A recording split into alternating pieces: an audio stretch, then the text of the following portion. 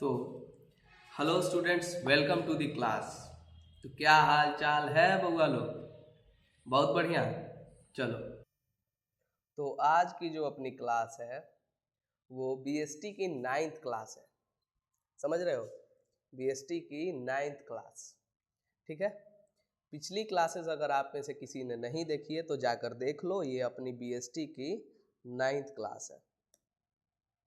ठीक है, ये बीएसटी की अपनी नाइन्थ क्लास है। तो पिछले क्लास में हम लोगों ने पढ़ा था इंडिजीनियस बैंकिंग सिस्टम। ये इंडिजीनियस बैंकिंग सिस्टम क्या था, एक बार रिकॉल करा दें।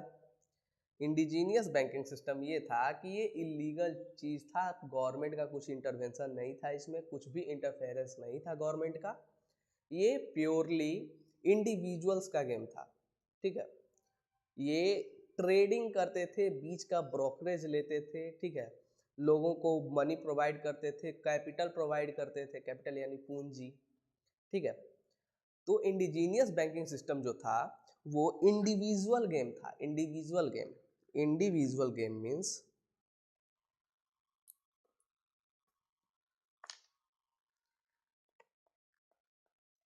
इंडिविजुअल गेम था। इंडिविजुअल गेम,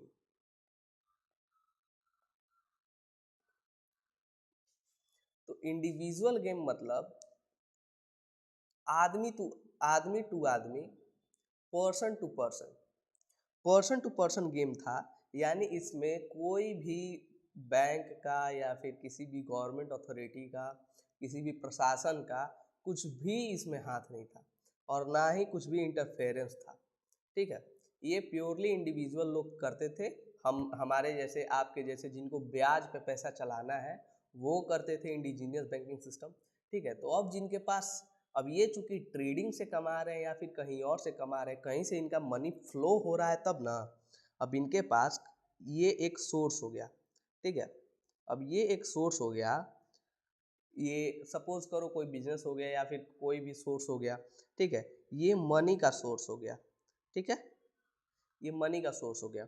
अब यहाँ से जब इनको इनफ्लो होगा, इनफ्लो,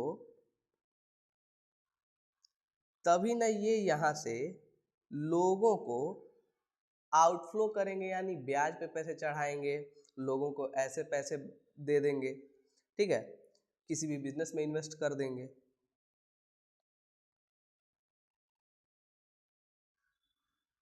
तो जब यहाँ से इनफ्लो होगा तभी ना यहाँ से आउटफ्लो होगा। तो इनके लिए एक ऐसा बिजनेस चाहिए था इनको, जो इनको हमेशा रेगुलर लेवल पे, रेगुलर बेसिस पे इनको इनफ्लो ला कर दे पैसे का। ठीक है, तब ये जाकर इसको इन्वेस्ट करेंगे इन टर्म्स ऑफ ब्याज पे, इन टर्म्स ऑफ कोई बिजनेस की इक्विटी लेने पे, इक्विटी यानी हिस्सेदारी। ठीक है, तो ये तभी जाकर इन्वेस्ट करेंगे और तभी ये उस मनी को आउटफ्लो कर पाएंगे। ठीक है, तो इंडिजीनियस बैंकिंग सिस्टम एक इंडिविजुअल गेम था। ठीक है, इसमें कोई भी गवर्नमेंट का कोई भी इंटरवेंशन नहीं था। नो गवर्नमेंट, गवर्नमेंट नो, समझे? Government no. ठीक है, गवर्नमेंट का कोई भी इसमें लेन देन नहीं था, कुछ भी इसमें हिस्सेदारी हिस्सेदारी कुछ नहीं थी, कुछ भी हाथ नहीं था। ठीक है, अब देखो, अब जो इंडिजीनियस बैंकिंग सिस्टम था, तो अब ये सब चीज़ें क्या करते थे ये लोग, इंडिविजुअल जो गेम था ये क्या करते थे? तो इनके पास दो एक्टिविटीज़ थी। एक, ब्याज पे पैसे चढ़ा दो। ठीक, और दूसरा, इक्विटी खरीद लो या फिर कुछ ट्रेडिंग में घुस जाओ पैसे लेकर। ब्याज पे पैसे चढ़ाएंगे तो साल का 30%, 35% ऐसे करके आएगा। ठीक है, 3 रुपये सैकड़ा, अभी तो मार्केट का रेट यही चल रहा है, 3 रुपये सैकड़ा। 3 रुपये सैकड़ा का अर्थ 100 रुपये अगर देंगे तो 3 रुपये मिलेगा। ठीक है, 3 रुपये उसका ब्याज होगा। तो यानी 3% का ब्याज हुआ, 100 का 3 कितना परसेंट? 3% हुआ। तो 100 का 3 यानी 3 रुपये सैकड़ा चल रहा है। ठीक है, अभी रेट मार्केट का उस टाइम पे जो चल रहा हो, उस टाइम पे भी इसी के आसपास होगा। उस टाइम 100 नहीं होगा, 10 होगा, 10 नहीं होगा, 1 होगा, ठीक है। उस टाइम पे तो और 10 पैसे, 5 पैसे, 1 पैसे ऐसे आने चलते थे, ठीक है। तो उसी हिसाब से होगा। तो रेट उस टाइम पे भी 2 रुपये 3 रुपये के मतलब 2% 3% के आसपास पड़ रहा होगा, ठीक है। तो अब ये क्या करेंगे, एक होगा बैंकिंग फंक्शन, एक होगा इनका बैंकिंग फंक्शन, एक फंक्शन होगा इनका बैंकिंग का, और दूसरा फंक्शन होगा non banking function. Non banking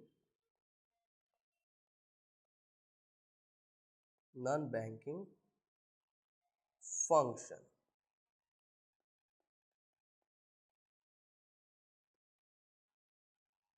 समझे। दूसरा होगा नॉन बैंकिंग फंक्शन। अब बैंकिंग फंक्शन और नॉन बैंकिंग फंक्शन में क्या क्या आएगा, तो बैंकिंग फंक्शन में देख लो अपना क्या क्या आएगा।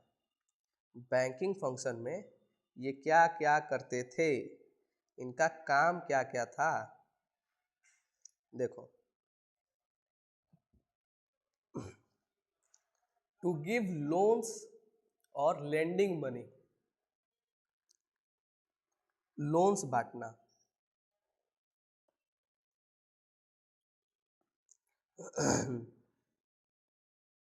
लोन,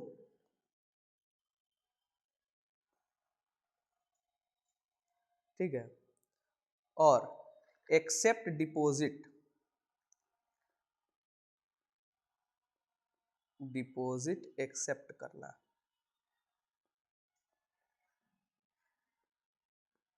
अब डिपॉजिट एक्सेप्ट करने से तुम क्या समझोगे, डिपॉजिट एक्सेप्ट करने से मतलब, अब चूंकि ये इंडिविजुअल का गेम था, अभी डिपॉजिट एक्सेप्ट करने का मतलब हो गया कि कोई बैंक है, उसमें हम अपना पैसा दिए और वो पैसा बाद में ऐसे घूम कर आया। सपोज करो ये कोई बैंक है, ठीक है, ये कोई बैंक है और इसमें यहाँ से इंडिविजुअल जो इन्वेस्टर है या फिर इंडिविजुअल जो नागरिक है, रेसिडेंट है, ठीक है, क्या बोलते हैं इसको, जो आम आदमी है, आम आदमी मतलब मैंगो पीपल, जो आम आदमी है, आम आदमी को क्या बोलेंगे यार, कॉमन मैन, जो कॉमन मैन है, कॉमन मैन है, वो क्या करेगा, इसको पैसे डिपॉजिट करेगा, डिपॉजिट, समझे। अब इसको पैसे डिपॉजिट किया तब ये बैंक क्या करेगा, यहां से ये पैसे इधर दे देगा, यानी बिजनेसमैन को या फिर कहीं और किसी और इंडिविजुअल को ये लोन दे देगा, ठीक है, ये किसी और इंडिविजुअल को लोन दे देगा, ठीक है, तभी ये लोन देगा। लेकिन अब ये तो बैंक का फंक्शन हो गया, अब ये क्या करेंगे, अब ये बैंक का जो फंक्शन है ये एक कॉन्सेप्ट है, ठीक है, ये एक कॉन्सेप्ट है। तो ये कॉन्सेप्ट बैंक जो आज के हैं ये कहाँ से लाए होंगे, अचानक से तो इनके दिमाग में आया नहीं होगा। तो चूंकि इंडिजीनियस बैंकिंग सिस्टम है, यानी इंडिया के जीनियस बैंकिंग सिस्टम, ठीक है। तो जो इंडिजीनियस बैंकिंग सिस्टम है उसमें जो इंडिविजुअल्स थे उन्होंने क्या दिमाग लगाया कि देखो बाबू, मुझे एक अपॉर्चुनिटी आई है मेरे पास कि यहाँ पे 1 करोड़ रुपया, आज के सिनेरियो से बता रहा हूँ तुमको, कि 1 करोड़ रुपया यहाँ पे ब्याज पे लगाना है, ठीक है। अब 1 करोड़ तो है नहीं मेरे पास सिर्फ सपोज करो 50 लाख है। 50 लाख कहाँ से लाए, तो एक काम करते हैं, अपने भाई से पूछते हैं, दोस्त से पूछते हैं, रिश्तेदार से पूछते हैं कि 50 लाख है, तो बोलेगा लोग कि क्या करने के लिए चाहिए, तो हम बोलेंगे ब्याज का अपॉर्चुनिटी आया, तो पूछे कितना कितना ब्याज लगेगा, कितना कितना मिलेगा, तो हम बोलेंगे कि देखिए 2 रुपये सैकड़ा चलेगा, बस 2 रुपये सैकड़ा, और नहीं तो क्या, बड़ा मुश्किल से इतना बड़ा अपॉर्चुनिटी हाथ लगा है, अरे हमेशा पैसा मिलेगा, डूबेगा नहीं पैसा, आराम से हम लोग का कुछ 10 साल 5 साल तक हम लोग आराम से खाएंगे 1 करोड़ रुपया से, उसका ब्याज से हम लोगों का घर आराम से चल जाएगा। अब ये बोला 1 करोड़ का 2% यानी 2 लाख, और ये मंथली चलता है बाबू। सपोज करो, समझे, ये बैंक वाला सिस्टम नहीं है कि साल का 12% ना, 2% मंथली, समझे, ऐसे साल का 2% नहीं, मंथली 2%, समझे। बताने के लिए तुमको भूल गए थे, कहीं तुम लोग सोचो 2% मंथली है। अब 2% मंथली यानी 1 करोड़ का 2% मंथली यानी 2 लाख रुपया, समझे। अब 2 लाख रुपया 1 करोड़ का 2% हुआ 12 दूनी 24, 12 महीने 24 लाख रुपया हुआ।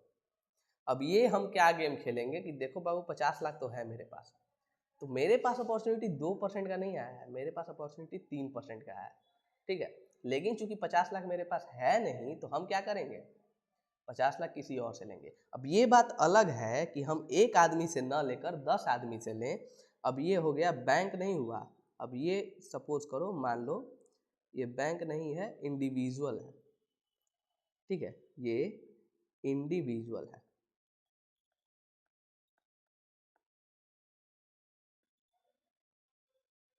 ये इंडिविजुअल है, ठीक है।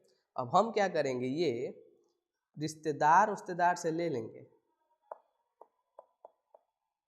ठीक है। सपोज करो कि हम रिश्तेदार से ही ले रहे हैं, रिलेटिव से ही ले रहे हैं, रिलेटिव। अब हम रिलेटिव से ही ले रहे हैं, तो हम एक रिलेटिव से नहीं लेंगे, 10 रिलेटिव से भी ले सकते हैं 5-5 लाख करके, ठीक है। या फिर एक ही रिलेटिव हमको दे देगा, या फिर 2-3 रिलेटिव मिल के दे देगा, 5 लाख, 10 लाख, 15 लाख ऐसे करके दे देगा हमको। तो अब हमारे पास दो अपॉर्चुनिटी है कि हम एक ही आदमी से ले लें या फिर कितने भी आदमी से ले लें। तो मेरे पास अपॉर्चुनिटी है 3% का, कितने परसेंट का, अरे यार,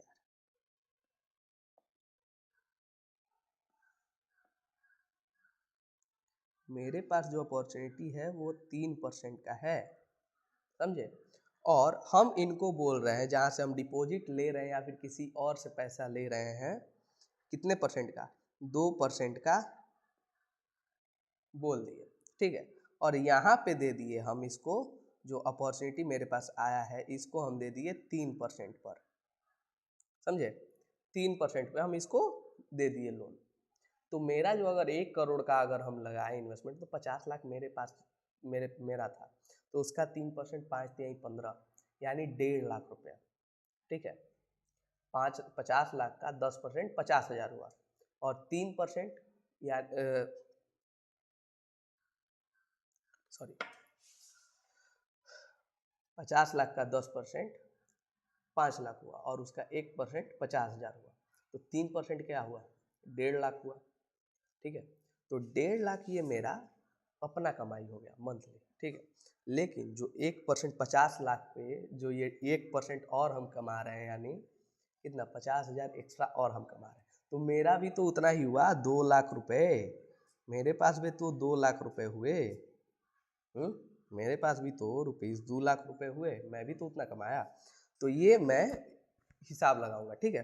तो ये दो मेरे फंक्शन हो गए, एक banking function, non banking function, ठीक है। और उसमें लोन लेना, और फिर डिपॉजिट भी, लोन देना और डिपॉजिट भी लेना।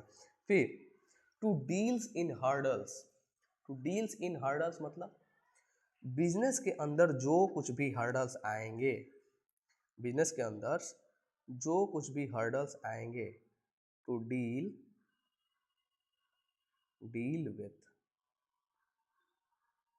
हर्डल्स। बिजनेस के अंदर क्या आएंगे, तो हर्डल्स आएंगे। हर्डल्स यानी अलग अलग, मैंने बताया इंडस्ट्रीज कैसे ग्रो होती हैं, एक बिजनेस से कई बिजनेस बनते हैं, ठीक है। माइनिंग बिजनेस से ट्रांसपोर्ट बिजनेस का पता चला, और पता चलने के बाद ट्रांसपोर्ट बिजनेस लाया गया। अब ट्रांसपोर्ट बिजनेस लाने के लिए गाड़ी चाहिए थी, गाड़ी बनाने के लिए मोटर चाहिए था, मोटर इंडस्ट्री सेटअप हुआ, स्टील इंडस्ट्री सेटअप हुआ, रबर इंडस्ट्री सेटअप हुआ, टायर इंडस्ट्री सेटअप हुआ, डीजल पेट्रोलियम इंडस्ट्री सेटल हुआ, ठीक है। ऐसे ही बहुत सारी इंडस्ट्रीज, एक अपॉर्चुनिटी यानी एक हर्डल, एक बैरियर कितने सारे अपॉर्चुनिटीज ला देगा, कितने सारे अपॉर्चुनिटीज ला देगा। तो डील्स इन हर्डल्स यानी अगर किसी को पैसे की दिक्कत है, यानी पैसे की दिक्कत है, 2 दिन 4 दिन लोन्स देकर, इक्विटी लेकर देकर, ऐसे कुछ भी दिक्कत है, हर्डल्स है, तो वो हर्डल्स पूरा कर देंगे, ठीक है, या फिर नए बिजनेस ला देंगे, ठीक है। तो ये deals in hurdles, banking function यही था, ठीक है। अब देखो कुछ डिटेल में जाकर पढ़ लें इसको, कुछ डिटेल में आकर पढ़ लेते हैं, ऐसे तो समझ लिए हम लोग, कुछ डिटेल में आकर पढ़ लेते हैं। तो lending of money, money lending is the principal banking function of the indigenous bankers. Loans are given on the basis of promissory note, simple receipt, legal document, personal security or mortgage. Rate of interest is different for different person and at different places. Rate of interest depends largely on the nature of security offered, ठीक है। यानी कुछ भी loan दिया जाता होगा तो वो ऐसे ही नहीं दिया जाता होगा, कुछ रिसीट, कुछ मॉर्गेज, मॉर्गेज मतलब कुछ गिरवी रखकर, ये मेरा चश्मा है ये रख लो, ठीक है, ये सपोज करो 2000 का है तो ये मुझे 2000 का सामान रख लो, अब 2000 का नहीं तो कम से कम 1800 रुपया मेरे को दे दो, ठीक है, मुझे काम है। तो ये हो गया मॉर्गेज, यानी गिरवी रख दी हम अपना सामान, ठीक है।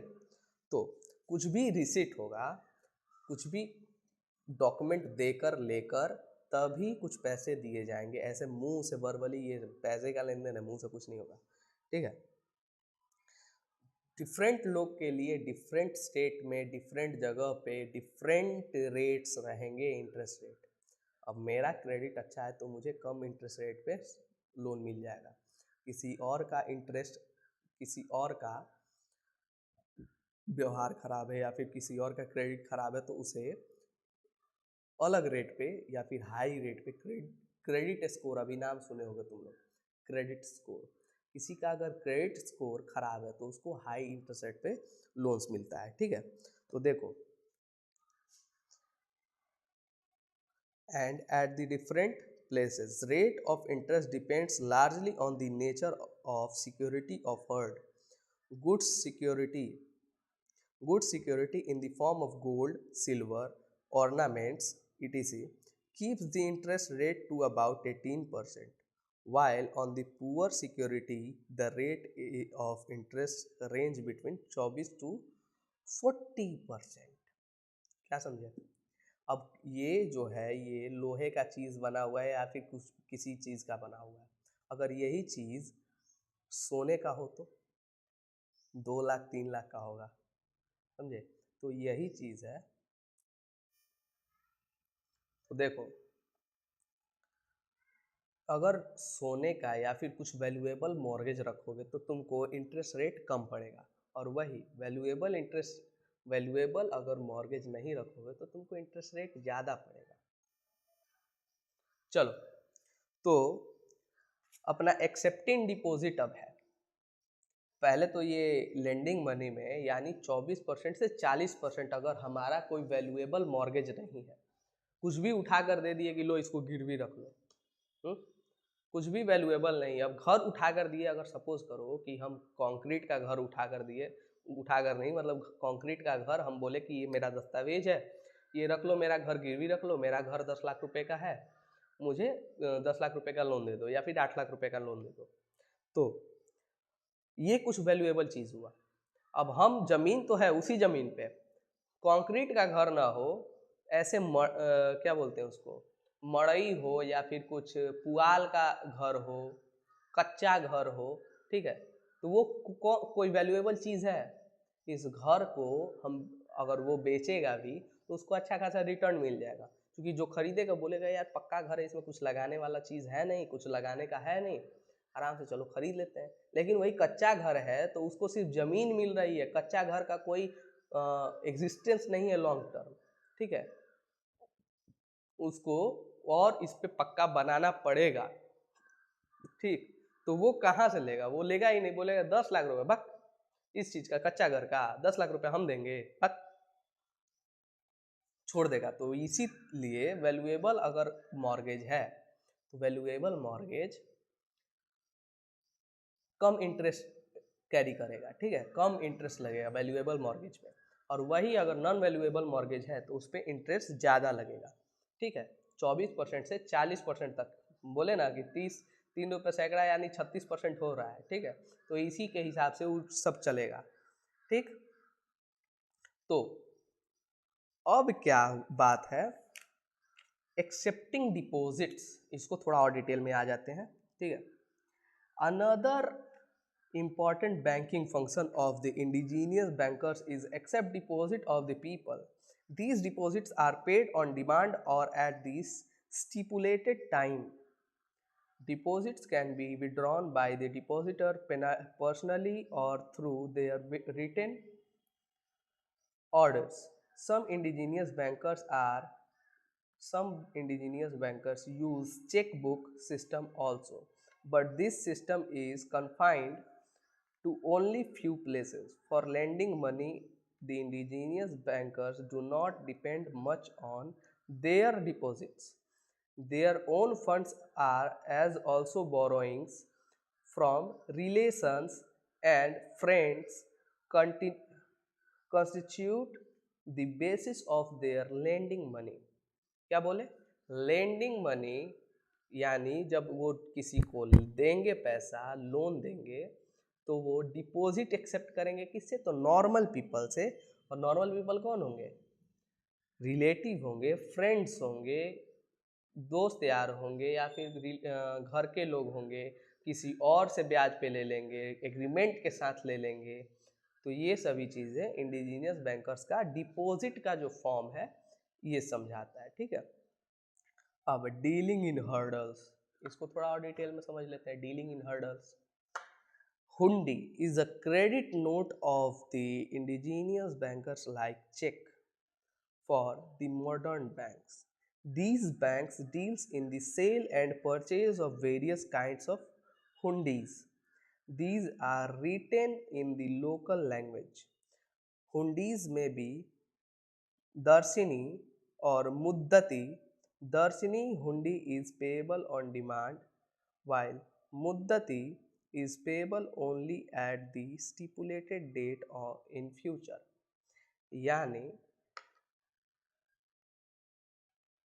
सॉरी हम हर्डल्स पढ़ रहे थे, हुंडीज है, ठीक है, हुंडीज, डीलिंग विथ हुंडीज, ठीक है, डीलिंग विथ हुंडीज।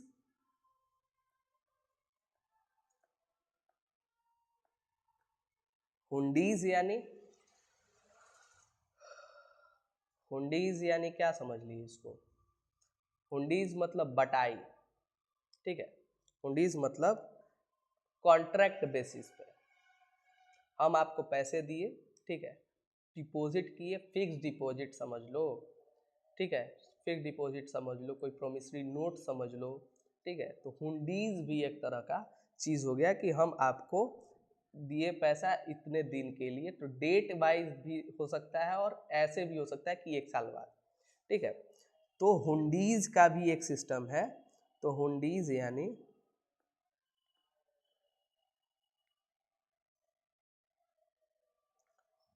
यानी चेक्स हो गए, डिमांड ड्राफ्ट हो गए, ये सभी चीज़ें आज की हुंडीज की, यानी रिसिट यानी पेमेंट जो हम किए, तो बैंक हमको कुछ, जब हम डिपॉजिट किए तो हमको कुछ प्रोमिसरी नोट देगा, ठीक है। तो ये सभी चीज़ें भी रिटेन डॉक्यूमेंट समझ लो, रिटेन डॉक्यूमेंट, ये हुंडीज हो गई, ठीक है। तो रिटेन डॉक्यूमेंट, हम लोन लिए, ठीक है, तो उसका कुछ डॉक्यूमेंट बना, तो ये सभी चीज़ें कब लौटानी है, कब नहीं लौटानी है, डिमांड ड्राफ्ट, इस पर कोई डेट मेंशन होगा कि इसी दिन लौटानी है, ठीक है, इसका इतने पैसे का यूज इतने दिन के लिए होगा। तो ये सभी चीज़ें हुंडीज हैं। हुंडीज यानी कॉन्ट्रैक्ट बेसिस, कॉन्ट्रैक्ट टाइप, ठीक है, हुंडीज में डील करते थे, ठीक है। क्रेडिट नोट हो गया एक तरह का, ठीक है। अब नॉन बैंकिंग फंक्शन में आते हैं, मेन चीज, अरे इतना बड़ा हो गया, नॉन बैंकिंग फंक्शन पे, नॉन बैंकिंग फंक्शन। अब आ जाते हैं आपके non banking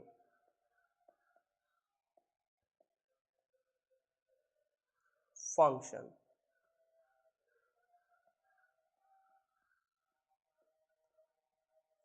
non banking function आ जाते हैं आपके।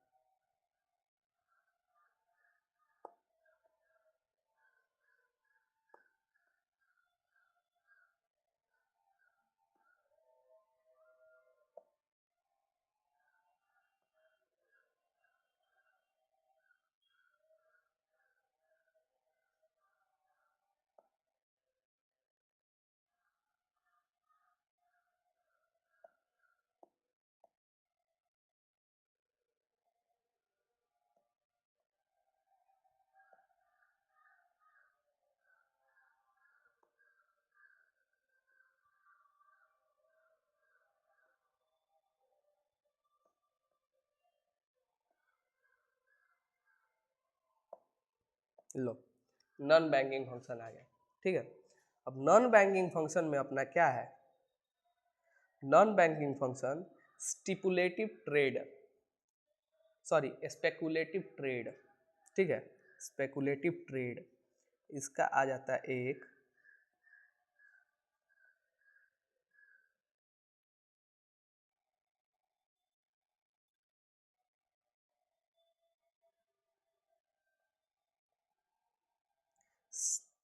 Speculative trade,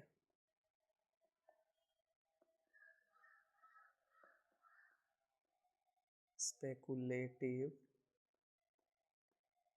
trade, speculative trade commission agent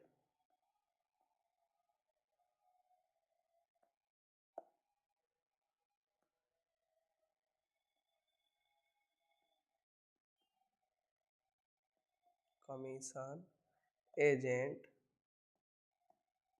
ठीक है। और ये हो गया अदर बिजनेसेस, अदर बिजनेसेस,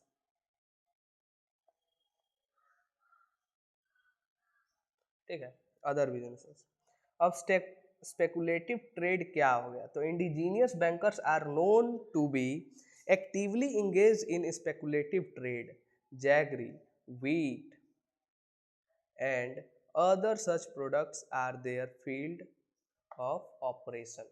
यानी आटा, चावल, दाल, गेहूं, ये सभी चीज़ें, बाजरा, जौ, ठीक है, गुड़, ये सभी चीज़ें इनके स्पेकुलेटिव ट्रेड यानी सामान बनाए, सामान को स्टोर किए, डिमांड सप्लाई को कंट्रोल करके और तब बेचे, ठीक है।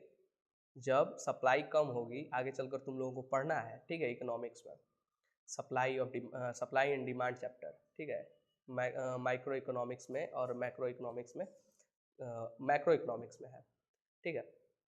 तो डिमांड और सप्लाई को कंट्रोल करके, अब सपोज करो ये पेन एक ही है, ठीक है, एक ही ठो पेन है, और हम बोले ये पेन हम बेचना चाह रहे हैं 2000 का, ठीक है, और तुम लोग 10 लोग हैं और 10 लोगों को ये इस चीज़ की ज़रूरत है, ठीक है। तो हम बोले कि 2000 का हम बेच रहे हैं इसको, तो तुम बोले सर हमको दे दीजिए सर, तो दूसरा बोला कि नहीं सर हमको दीजिएगा, तीसरा बोला नहीं सर इन दोनों का नहीं हमको दीजिएगा, चौथा बोला नहीं सर इन तीनों का नहीं हमको दीजिएगा, हम आपके फेवरेट स्टूडेंट हैं, ठीक है। पांचवा बोला नहीं सर हमको नहीं, इन सब को नहीं हमको दीजिएगा, ठीक है। छठा बोला कि सर हमको दीजिएगा नहीं तो गोली मार देंगे, ठीक है। अब हम डर गए, तब यहाँ पे एक बात हुआ कि हम बोले कि चलो जो सबसे ज़्यादा दाम देगा उसी को हम देंगे ये पेन, ठीक है, जो सबसे ज़्यादा इसका रेट लगाएगा उसी को हम ये पेन देंगे, ठीक है। अब कोई बोला 2100 सर, कोई बोला 2200, कोई बोला 2500, कोई बोला 3000, कोई बोला 5000, हम बोले वाह वाह वाह वाह ले जाओ ले जाओ ले जाओ ले जाओ, ठीक है। तो स्पेकुलेटिव ट्रेडिंग यानी क्या होता है, डिमांड और सप्लाई को कंट्रोल करके, मेरे पास है ऐसा 10 पेन है, अभी नहीं है, तो मेरे पास 10 पेन हो सकता है, मेरे पास 10 पेन पड़ा होगा, लेकिन हम दिखाएंगे कि नहीं मेरे पास एक ही है, ठीक है, चूंकि इसका भाव बढ़ाकर हम बेच सकें, ठीक है। तो यही हो गया स्पेकुलेटिव ट्रेड, यानी और जो चीज़ें हमेशा मार्केट में बिक रही हैं, हमेशा ज़रूरत में हैं, हमेशा डिमांड में है, ठीक है, जो नीड्स हैं लोगों की, कस्टमर्स की, ठीक है, ये सभी चीज़ें स्पेकुलेटिव। और कमीशन एजेंट, यानी हमारा माल बिकवाए, हम उसको कमीशन दे दिए, उसका माल बिकवाया, उसने मेरे को कमीशन दे दिया, ठीक है। तो कमीशन एजेंटिंग, इससे इनका क्या बोले कि कहीं लोन देने के लिए, बैंकिंग फंक्शन करने के लिए नॉन बैंकिंग फंक्शन भी कुछ होना चाहिए, यानी कहीं से इनफ्लो होना चाहिए मनी का, ठीक है। यहाँ पे हम लोग क्या समझे कि कहीं भी ये चीज़ होने के लिए कहीं भी इस चीज़ को फॉर्म होने के लिए, इस चीज़ को हैपन होने के लिए, ठीक है, कहीं से इनफ्लो होना चाहिए मनी का। कोई भी बैंकिंग फंक्शन होने के लिए नॉन बैंकिंग फंक्शन होना चाहिए, तभी आप बैंकिंग फंक्शन कर पाएंगे। नहीं तो डिपॉजिट आप कितना लेंगे यार, किस और कौन दे देगा आपको डिपॉजिट? अगर आपके पास 50 लाख का वैल्यू नहीं है तो कोई आपको 50 लाख ऐसे ही दे देगा? नहीं देगा। अगर आपकी वैल्यू 50 लाख की है तभी आपको 50 लाख रुपए मिलेंगे। अगर आपकी वैल्यू 5 रुपए की है तो 5 रुपया भी नहीं मिल पाएगा, ठीक है। इसीलिए जितनी आपकी वैल्यू होगी उतना ही आपको मिलेगा। तो उतनी आपकी वैल्यू कहाँ से बनेगी? अगर आपको पैसा अट्रैक्ट करना है तो पैसा भी तो चाहिए। पैसा अट्रैक्ट करने यानी और पैसा आए तो इसके लिए और आपके पास भी तो होना चाहिए, ठीक है। तो कोई आपको 50 लाख रुपए दे दे, कहीं से आप डिपॉजिट ले लें, रिलेटिव से ले लें कि चलो 3% का अपॉर्चुनिटी है, 2% इससे ले कर ले कर दे कर ले रहे हैं, तो कोई आपको क्यों देगा पैसे? आपके पास भी तो कुछ होना चाहिए, आपके पास उतनी रीढ़ की हड्डी मजबूत तो होनी चाहिए। कोई मॉर्गेज का जो सिस्टम अभी हम लोग पढ़े, मॉर्गेज एक तरह से यही चीज़ है। मॉर्गेज इसमें तो बता रहा है कि ठीक है, थिंग्स का मॉर्गेज होता है, ठीक है, वैल्यूएबल थिंग्स का, नॉन वैल्यूएबल थिंग्स का। लेकिन जो सबसे बड़ा वैल्यूएबल चीज़ है, जो अभी चैप्टर में नहीं हम लोग पढ़ रहे हैं, सबसे बड़ा वैल्यूएबल चीज़ है आपकी पर्सनल आइडेंटिटी। आपकी, अब एक शब्द है जो नहीं बोलना चाहिए, लेकिन गलत शब्द है, लेकिन इसका यूज ना करें तो तुम लोग समझ नहीं पाओगे।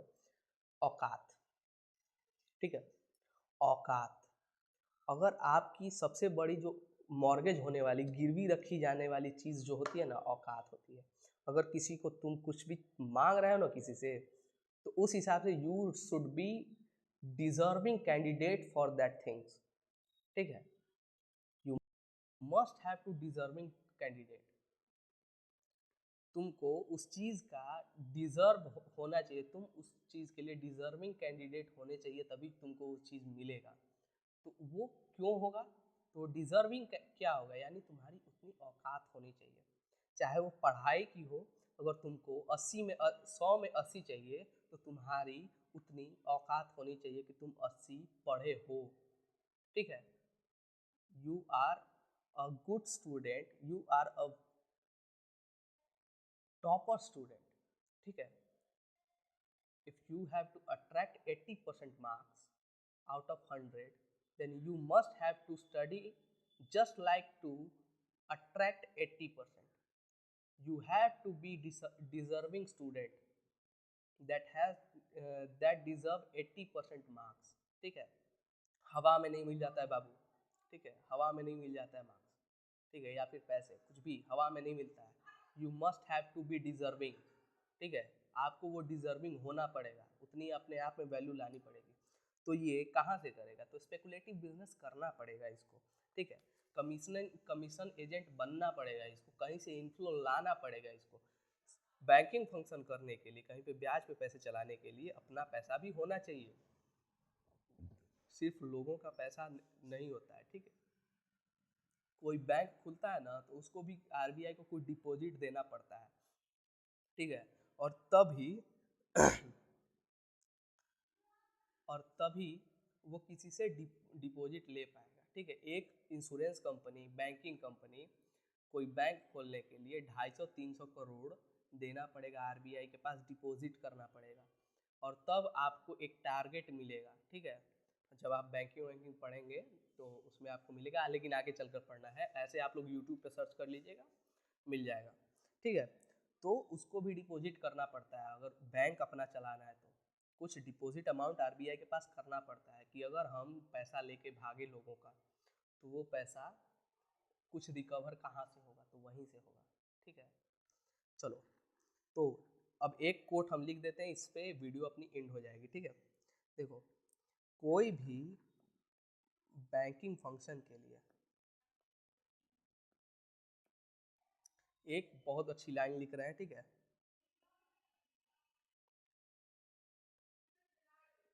Banking function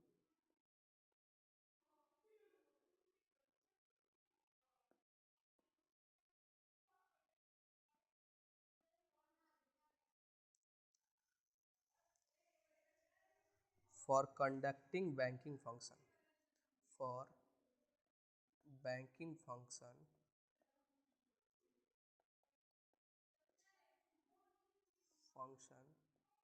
there must be there must be a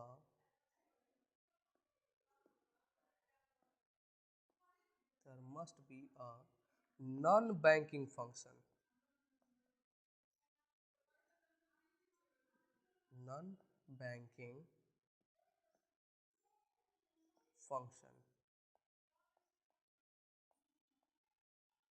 ब्याज पे पैसे चलाने के लिए पैसे होने चाहिए, ठीक है। सिंपल लाइन, पूरी क्लास याद हो जाएगी, ठीक है। चलो इसको स्टार मार्क्स अपन कर लेते हैं, ठीक है। इसको स्टार कर लेते हैं अपने। तुम लोगों में से किसी को स्क्रीनशॉट लेना होगा तो ले लेना, ठीक है। हाँ, हाईलाइट कर दें इसको, लो बेटा हाईलाइट कर देते हैं इसको, ले लो हाईलाइट कर दिए इसको। क्या समझे? For conducting banking function there must be at least one non banking function business, ठीक है। चलो अपनी वीडियो डन।